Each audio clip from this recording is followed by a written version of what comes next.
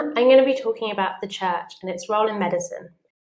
The church exerted a huge influence in society. This included the field of medicine.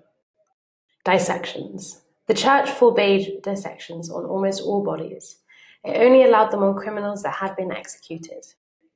This meant that Claudius Galen's mistaken beliefs about the anatomy, where holes in the heart and blood being absorbed, not circulated, could not be corrected.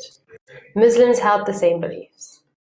So this means that the church's opposition to dissections made it hard for those such as Galen to prove their theories. Vaccinations. Many in the church opposed vaccinations, such as Jenner's smallpox vaccine. They created the Anti-Compulsory Vaccination League in 1866.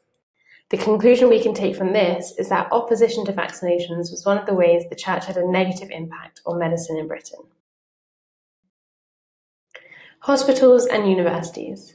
Christians believed in creating hospitals with good hygiene to care for the sick. Lots of doctors trained at universities that were set up by the church. Most of these were based in Italy, for example, Bologna and Padua. The conclusion we can take from this is that the medieval church was one of the main providers of medical service and training. And finally, supernatural beliefs. In medieval times, beliefs that illnesses could have supernatural causes stemmed from ancient Greek, Roman, and Egyptian ideas. Within the church, exorcisms were performed to remove spirits. Astrology, witches, and God were all supposed supernatural causes of illness. This was common during the Black Death in 1348. Supernatural beliefs were common until humanist thinkers such as Erasmus started to argue against them. So the conclusion we can take from this is that as late as the 1800s, supernatural beliefs can be blamed for slowing progress within medicine. So where did medieval belief that illnesses had a supernatural cause stem from? As I just mentioned, these were from ancient Greek, Roman, and Egypt times.